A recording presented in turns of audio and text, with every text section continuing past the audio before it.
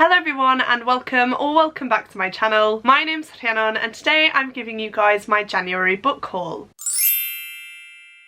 As you can see by the thumbnail, I do have a big stack of books. That definitely wasn't my intention this month. However, I do have, I think, 4 or 5 pre-orders in this stack that came through last month. And I do also have a Fairyloot book as well. So even though I didn't plan on buying a lot of books in January, I have ended up with quite a few. To be honest though, I'm not too mad about it because these are all books that I'm so excited for and they are some stunning additions as well. Before we dive into this haul though, please do check to make sure that you are subscribed to my channel. Around half the people who watch my videos aren't actually subscribed. It is completely free to do so. You just have to click the subscribe button down below, and you can also click the notification bell so that you will be notified when I do post a new video. Apart from that though, I don't have too much more to say, so without further ado, let's just dive into the haul. The first book I have here to show you is 9 Liars by Maureen Johnson. This is the next book in the Truly Devious series by this author, and to be honest with you, I'm not quite sure whether this book takes place after the first trilogy or after the latest book, which was the Box in the Woods. But from what I can gather, in this one we follow our main character Stevie Bell, and she is a little bit lost at the minute. Her boyfriend is living far away and her friends seem to be too absorbed in their college applications to actually want to spend time with her. Relief comes to Stevie though when her boyfriend actually invites her and a group of her friends to study abroad with him, and his new friend Izzy introduces Stevie to an unsolved true crime case. So it says here, in 1995, 9 friends from Cambridge University went to a country house and played a drunken game of hide and seek. 2 were found in the woodshed the next day, murdered with an axe. The case was assumed to be a burglary gone wrong, but one of the remaining 7 saw something she can't explain. This was no break-in. Someone's lying about what happened in the woodshed. That just sounds amazing. You guys know I love my true crime, my murder mysteries and my thrillers, so this has definitely come at the perfect time, and I will be getting to it as soon as possible, probably in March because my February TBR is quite big, but I will be looking for the audiobook for this. I've absolutely loved my experience listening to these. The narrator is fantastic and very engaging as well, so I will check if this one is on script. If not, I will read it physically, it's not a problem, but it is one that I'm going to get to soon and I honestly cannot wait. Next up we have Part of Your World by Liz Braswell, and this is part of the Disney Twisted Tales series. I actually have 4 of these books already. I have the Tangled one, the Hercules one, the Peter Pan one and the Alice in Wonderland one, and so it was only fitting to add the Little Mermaid edition to my collection. Essentially, this series explores the question, what if the villain had won? And of course in this one we follow Ursula, who is now the Queen of the Sea. She runs Eric's kingdom on land and has appointed Ariel as Queen of Atlantica to run things underwater. Now Ariel believes that her father, King Triton, is dead. However, one day she finds something that suggests he might be alive, and so she finds herself returning to a world that she vowed never to see again, and she of course finds her way back to Prince Eric.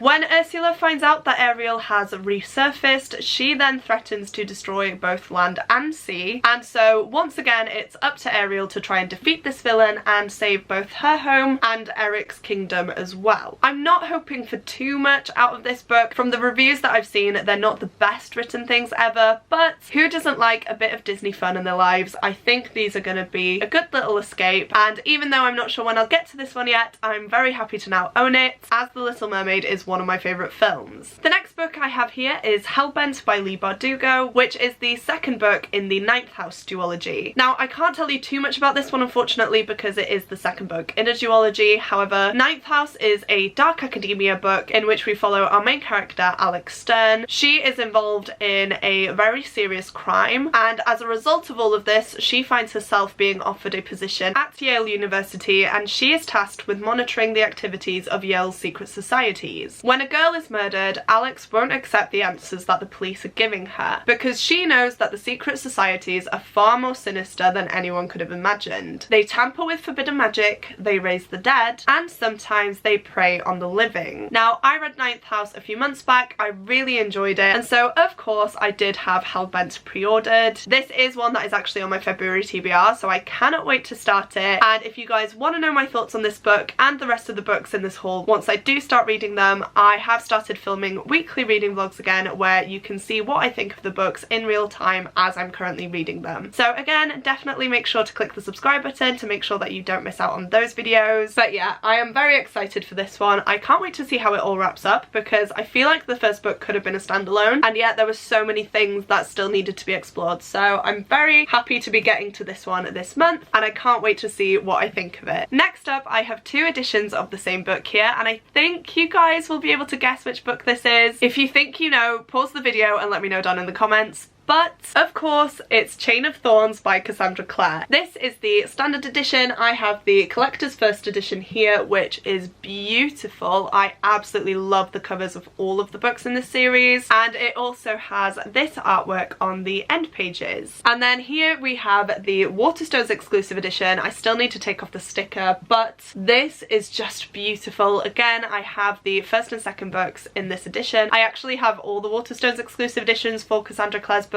They are just the most beautiful things, as you can see. I mean, look at the design on this. Everything about it is just stunning. It has the same artwork on the end pages in this one as well, but we do have a signature in here which is super special. I do think it's a digital signature, but nonetheless it is a signed edition, and yeah, I'm just obsessed with this one. Once again, I can't tell you too much about this one unfortunately, because this is the third and last book in the Last Hours trilogy by Cassandra Clare. But in the first book, Chain of Gold, we follow our main character Cordelia Carstairs. She of course is a shadow hunter, and if you don't know, shadow hunters are half humans, half angels, and they are trained as warriors to rid the world of demons. When her father is accused of a terrible crime, Cordelia and her family flee to Edwardian London in hopes of preventing the family's ruin. When she gets to London, Cordelia soon bumps into another Shadowhunter family and some of her childhood friends, James and Lucy Herondale. Cordelia's life is soon blown apart by a series of demon attacks throughout London, and it turns out that these demons are nothing like they've seen before. They can walk in sunlight, they are very poisonous, and they also seem impossible to kill. Because of these attacks, London is immediately quarantined, and Cordelia and her friends actually soon come to find that their own connection to a dark legacy has gifted them with incredible powers and forced a brutal choice that will reveal the cost of being a hero. I absolutely love this trilogy. It's one of my favourite series that I've read from Cassandra Clare so far, if not the favourite. The characters are just brilliant. I love the setting, I love the plot. It's just all round a good time, and again, I would highly recommend the audiobooks for these ones because the narrator is phenomenal. This is another book that I plan on reading either at the end of February or start of March, and I'm so excited to finally be getting to this, but I'm also terrified to close out this trilogy. So if you would like a dedicated reading vlog of me reading this, definitely let me know in the comments, and also let me know if you would like it to be spoiler filled or spoiler free. I will definitely be giving spoiler free thoughts in my reading vlogs, so I'm not sure if there's too much of a point of me doing a dedicated spoiler free vlog, but if that's what you guys want, I will happily film one. But I do think I will have to talk spoilers at some point because I'm gonna need to talk to someone about these books. Right guys, we have made it to the Fairyloot books. I have two here to show you guys, and I'm gonna start with a pre-order, which is Heart of the Sun Warrior by Sue Lynn Tan. Look at how gorgeous this is, you guys. I genuinely can't get over it, and look at the sprayed edges. Aren't they just the most stunning things you've seen? In case you didn't know, this is the sequel to Daughter of the Moon Goddess. I do also have the Fairyloot edition of the first book. I wanted to show you guys both of these together. Oh my goodness, would you look at that? Aren't these just the most stunning books? I genuinely cannot get over them. There is definitely a massive contrast in the colours, however I do really like it. I love how this one is a lot darker, it seems a lot more whimsical, and then we have this one that is just an explosion of bright colours. I just think it looks really nice and somehow it works, and yeah, I'm so happy to have both of these now. I actually forgot that I'd pre-ordered the second book, so it was a nice surprise when it did arrive, and I did really enjoy the Daughter of the Moon Goddess when I read it, so I am very excited to dive into the second book, and I hope I enjoy that one as much as well. I don't want to give you guys the full synopsis of Daughter of the Moon Goddess, but I will give you the little snippet at the end. It says, inspired by the legend of Chang'e, the Moon Goddess, this captivating debut weaves Chinese mythology into a sweeping adventure of love and family, immortals and magic. I feel like you don't really need to know too much more than that. It is definitely one that I feel like you should dive into without really really knowing anything. I was very pleasantly surprised by this one. I had an amazing time getting immersed in the mythology, and as I mentioned, I am very excited now to continue on with the second book and see what is going on with our characters and how they are doing. And then the last book I have to show you guys is The Last Tale of the Flower Bride by Roshani Chokshi. Now I'm not going to go too in depth with this one because I have filmed a dedicated unboxing video for it, which I will of course leave linked up above and down below for you. But this is another stunning book, and again the star of the show are the sprayed edges. Hopefully they are in focus, but would you just look